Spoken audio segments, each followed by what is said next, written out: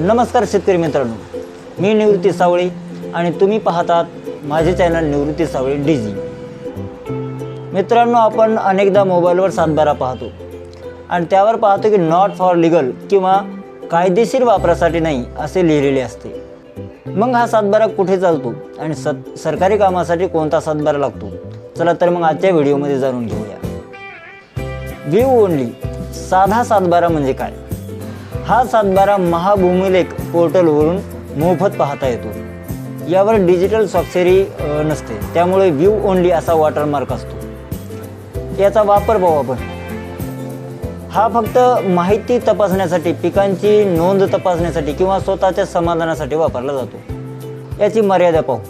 हा सातबारा कोणत्याही सरकारी कामात, बँकेत किंवा कोर्टात पुरावा म्हणून ग्राह्य धरला जात नाही। डिजिटल साईन डिजिटल स्वाक्षरी सातबारा म्हणजे काय?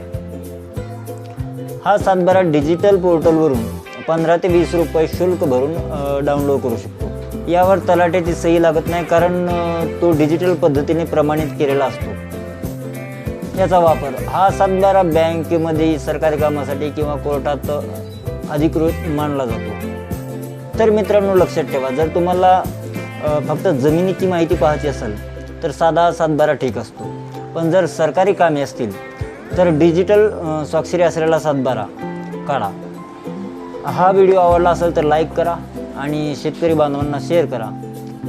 धन्यवाद।